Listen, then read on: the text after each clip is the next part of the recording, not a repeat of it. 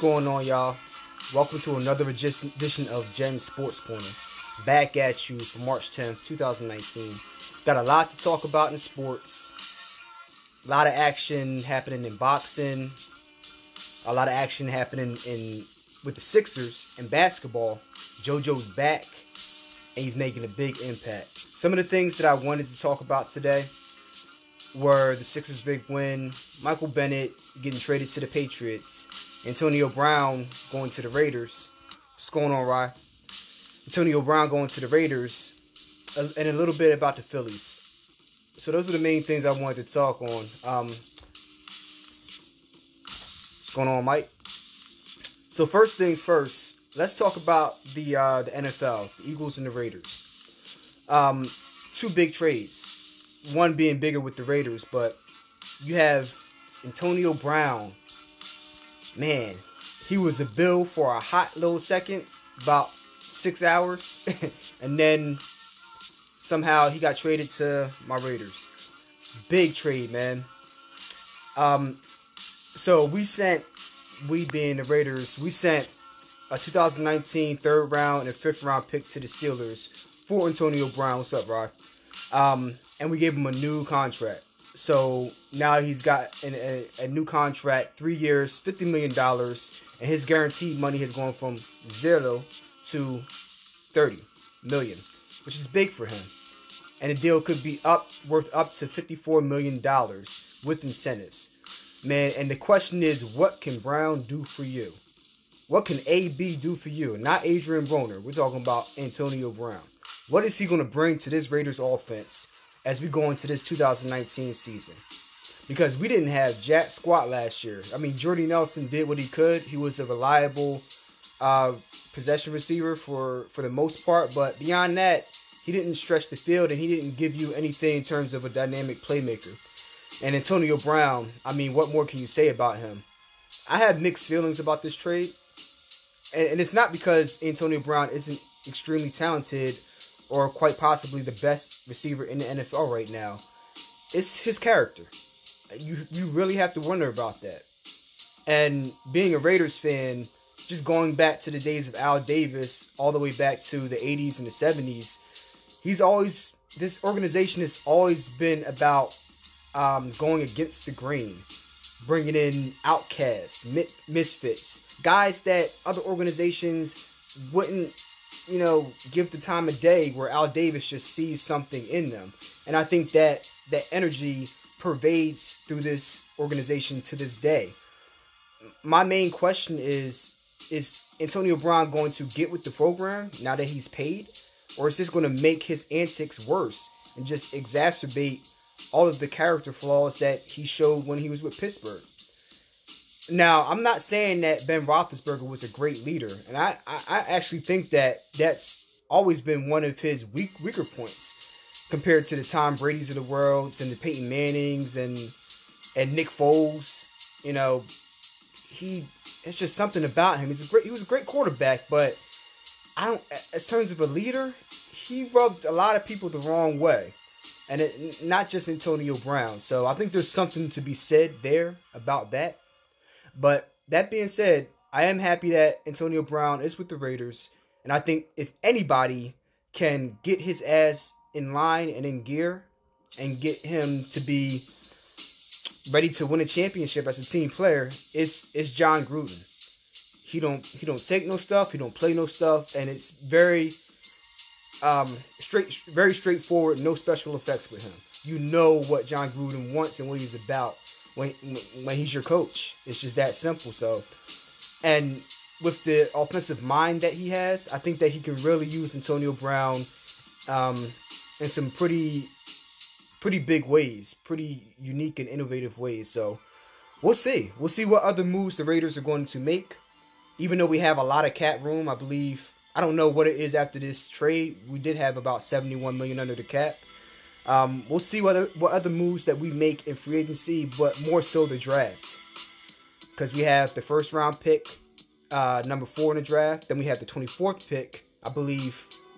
We have the 24th and the 27th, I don't remember which team they're from, but they're from the Cowboys and the Raiders. The Khalil Mack trade, and then the trade for Amari Cooper from the Cowboys. So we'll see what we do in this draft moving forward. I'll get more into that in the next video. The other trade that was big for the Eagles was the trade of Michael Bennett.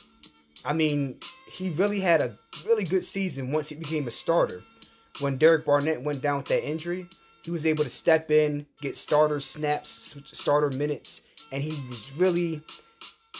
Michael Bennett, along with Darren Sproles returning healthy, were the two major factors behind the Eagles' playoff push. Without those two guys stepping up down the stretch, I don't see how we would have made the playoffs last year. So he was definitely a big reason for that. He definitely revitalized that pass rush.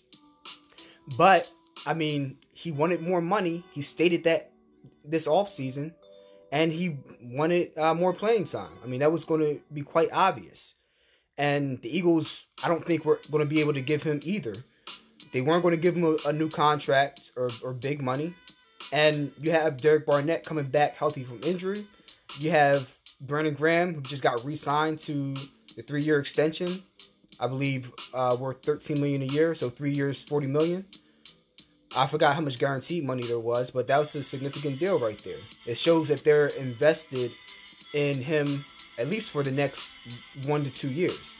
So where does that leave room for Michael Bennett? It doesn't, frankly. So it's good that they were able to get a trade done with the Patriots. We sent Michael Bennett along with a 7th round pick in exchange for a 5th round pick from the Patriots. And I think that's a pretty good deal.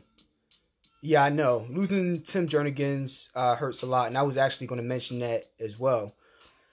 But, and I'll look more into that. I don't know if they cut him yet or not, but the scenario was he was either going to have to take a huge pay cut or he was going to be gone. That simple.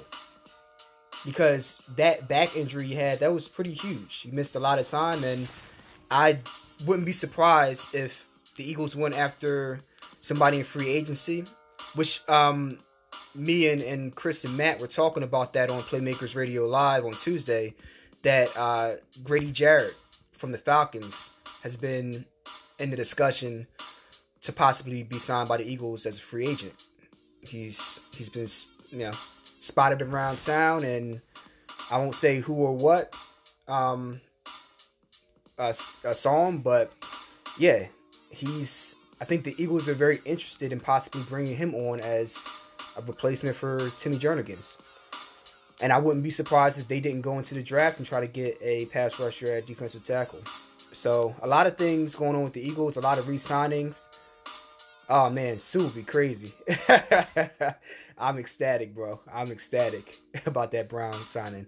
But yeah, Sue, that would be crazy if they could get him on a 1-year deal or a 3-year deal that is beneficial for both sides and would give the Eagles some cap flexibility.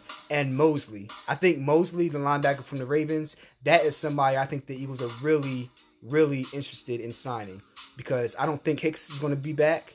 He has talent, but your best ability is your availability and your dependability. And he's just injured way too often. That was his MO going all the way back to the University of Texas. And it continued on, unfortunately, into the NFL. He just can't stay on the field. That's not his fault, but that's just the reality. Welcome, bro. Welcome to the podcast. Anything you want to hear me talk about, leave it in the comments. I'm talking about the Eagles and their off-season and free agency right now. But yeah, C.J. Mosley is somebody that I think would really, really be good to bring into the fold. He can give you that stability at middle linebacker. He's sideline to sideline. He could be a 3-down guy, and he's a beast. So I would love to bring him into the flock. Man, if Bell ended up in Oakland, what? Le'Veon Bell? Man, that would be crazy. That would be crazy. Because he's not going to get a big deal.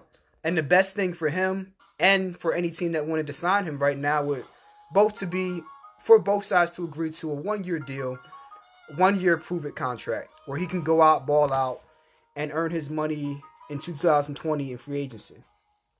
And, I mean, we all know that's what's going to end up happening. And I would love for it to be in Oakland. You know, that would actually be a perfect situation. Because he could go to Oakland and then play 1 year under John Gruden's offense. And if he really likes it, he's able to be reunited with AB.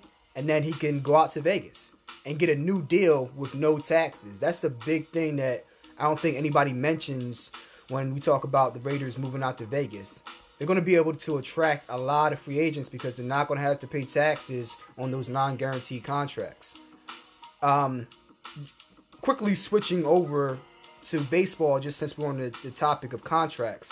That's a big reason why Bryce Harper took the Phillies deal for 13 years and $330 million, as opposed to the Giants' 10-year deal for $310 million, or the Dodgers deal that offered him up to $40 million a year for 3 years, I believe.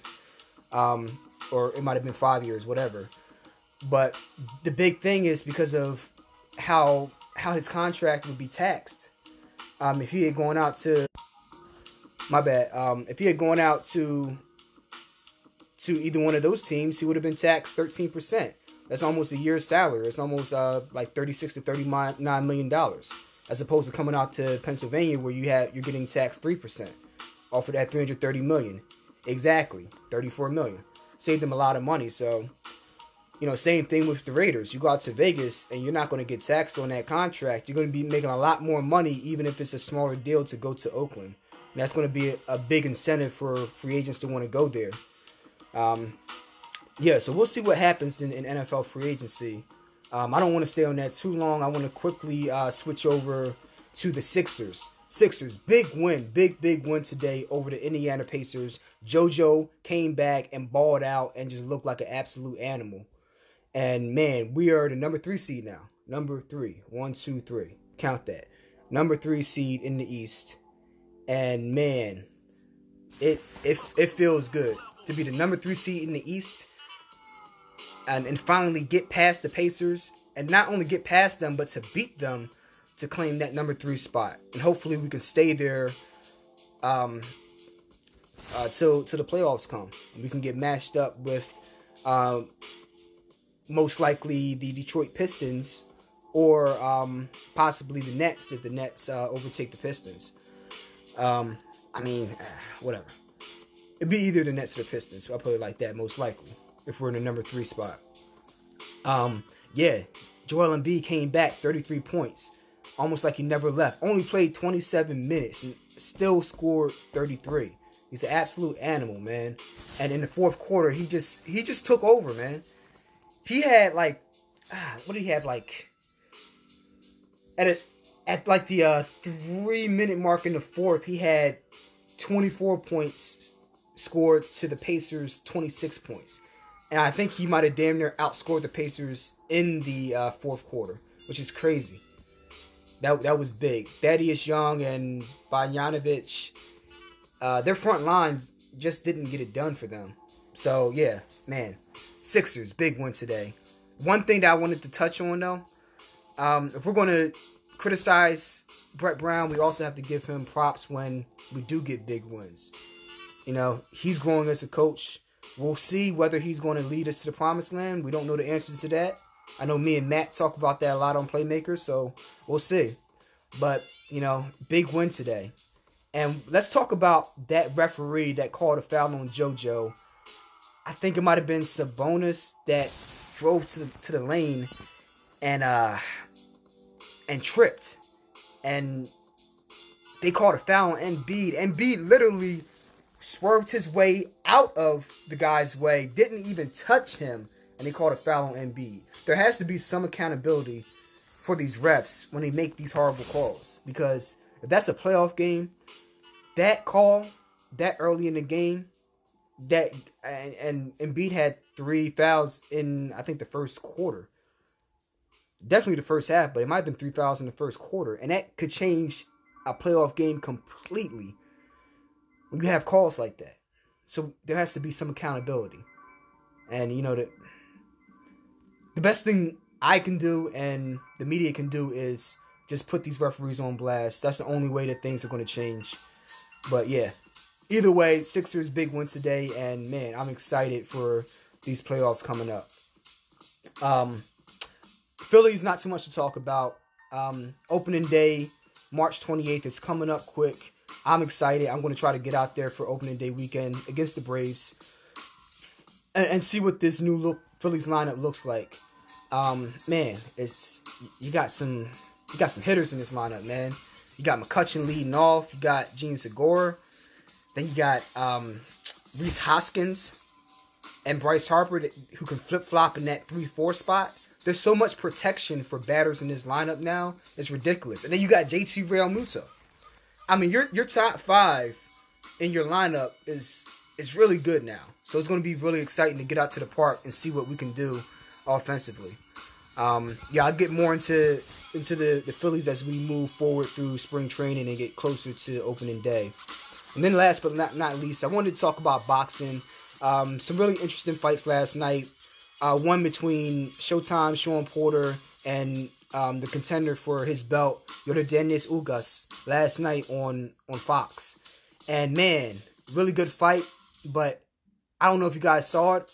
I dropped the video clip last night where I said that I had Sean Porter up 4-3 at that point.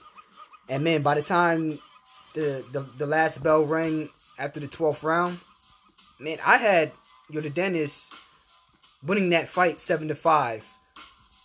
I could have even seen it 8-4. And I really thought he got a raw deal. Really thought he got shafted by that decision. And I like to keep things unbiased and fair across the board. I'm a big fan of Sean Porter. But I call it like I said. I thought he lost the fight. I thought that Ugas controlled the action. I thought he pushed the pace. I thought he put pressure on Sean Porter.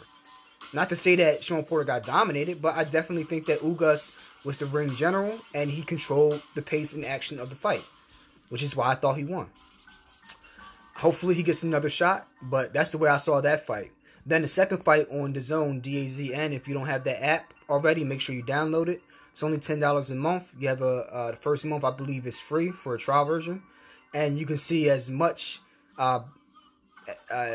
boxing as you want. They have a lot of big name boxers on there. Canelo Alvarez. I think Danny Jacobs is on there too. Definitely Anthony Joshua. And Triple G just signed to DAZN 6-year, 6-fight deal over 2 years. So, there's a lot of big action on there. And they had Bellator there as well.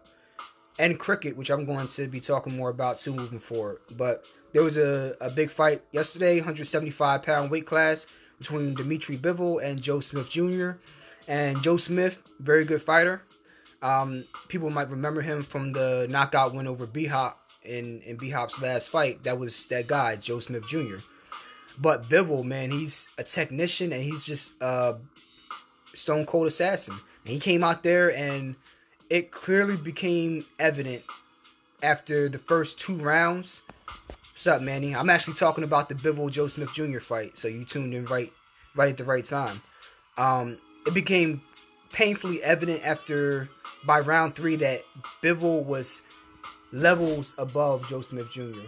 And he just systematically picked him apart. It went 12 rounds, but it was just, you just knew that Joe Smith, he just had no shot. And he was really giving it his best effort. And he caught Bivol in the 12th round. Either the end of the 11th, he caught Bivol and shook him up a little bit. And Bivol was definitely a little bit cautious in the 12th round after that. But either way, he dominated the fight. And man, he's one of the best fighters out there, pound for pound, right now.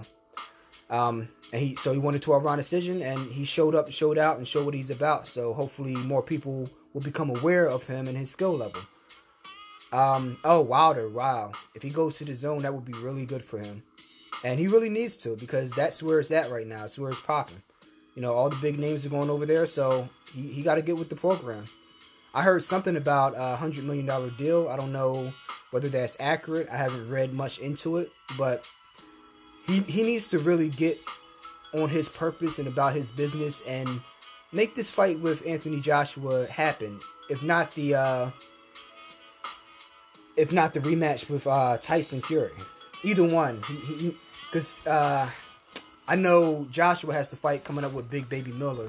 And I think he's going to beat Miller, but still a good fight, though, to have. Yeah, he took him to school. So we'll see who's next for Bivol. I think that Bivol is the guy, you know, moving forward in the 175-pound weight class, but we'll see. I think he's better than Andre Ward. I think he's better than Kovalev. And, yeah, that's just the way I see it at 175 right now. And I definitely think he's better than Beterbiev, or Beterbiev, however you pronounce his name. I know I might be butchering that. But, yeah, I think that Bivol is the guy to beat. He's just, man, that dude's just good, man. He controls the action, and he can just take the life out of your fighter if you're not prepared for that. And then the big fight coming up. Big fight coming up next week, this Saturday. Errol Spence versus Mikey Garcia. The big fight at 147. Mikey moving up 2 weight classes to go after the boogeyman, for lack of a better term. And man, I'm going to be making an actual video just for that fight, because I'm hyped for that. I'm going to do an actual breakdown for that fight, how I think it's going to play out, how the matchups weigh out, and who I think is going to win. Because, I mean, it's going to be a tough fight, but regardless of who wins, man, Mikey Garcia, he got cojones to steal. He really does, for taking that fight against the bigger man and wanting to be great. So I'm going to be making a video about that. Yo, Manny, leave it in the comments, things that you want to hear me talk about boxing-wise. I'll get to Wilder and AJ in my next video, but if there's other things you want to hear me talk about, leave it in the comments. And what up, Melstead? Check back earlier in the video, I was talking about the Phillies and the Sixers, and then mostly the trades between the Eagles and the Patriots, and the Raiders getting Antonio Brown. So that's kind of like the topics that I touched on. But that's pretty much it for this episode. I don't want to make it too long. I don't want it to drag out too far. So that's pretty much it. Oh, news and updates for music. Me and Stevie Franks are just working on a video for Tiger's Eye.